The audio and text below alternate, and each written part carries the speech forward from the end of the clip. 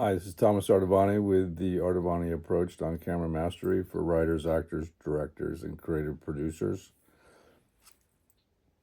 Question was posed: how do you fix a flat performance as an actor? Now, we're going to assume that there's a camera on you, and you're just not making the assumption that what you're doing is flat. When you're acting really well, it doesn't necessarily feel like anything special. When you're monitoring your own behavior while you're taping, now you're robbing your audience of the experience of you because you're entertaining yourself with your taping. You can't watch yourself do your work. You have to commit to the relationships that are causing you to speak in the first place. So before you make an assessment as to whether your performance is flat or not, make sure you've got your cell phone on you and you're recording yourself as you do your work. The assumption that you're boring or the assumption that it's flat is an assumption until it's witnessed and experienced. You may be leaving a high impact on an audience because of the simplicity in which you're experiencing while you're doing your work. Your work is about love of craft and the love of the moment. And so let's just put that out there. Let's say that your performance is flat.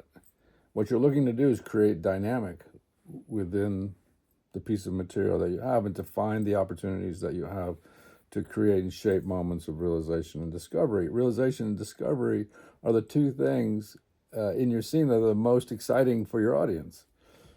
Those realizations and discoveries happen at the major transitions in the scene. So if you're not honoring those major transitions the moment before, the energy coming into the scene, which immediately hooks your audience, and you're looking for these two other major changes in your piece of material, and then how you come out of the material is very important. Those four distinct transitions, which are prevalent in not only every moment, but every scene that's ever been written. You have at least four creative opportunities to create more dynamic. That might mean honoring those transitions as blocking schemes, which cause you to do certain things at those transitions, but also primarily what you're doing is the character learns something about themselves that changes them moving forward in a realization, or they learn something about the environment that changes them moving forward into the moment. It's a discovery. If you're not honoring those, then you're missing the most important, prevalent parts of your performance.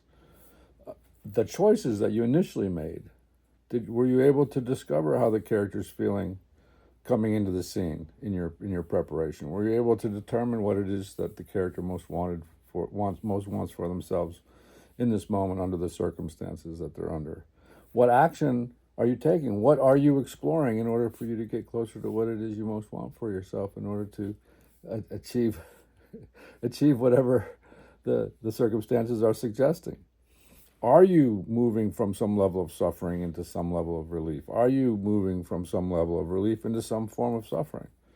So when you take these basic considerations into account and honor them, you create a rich, dynamic performance.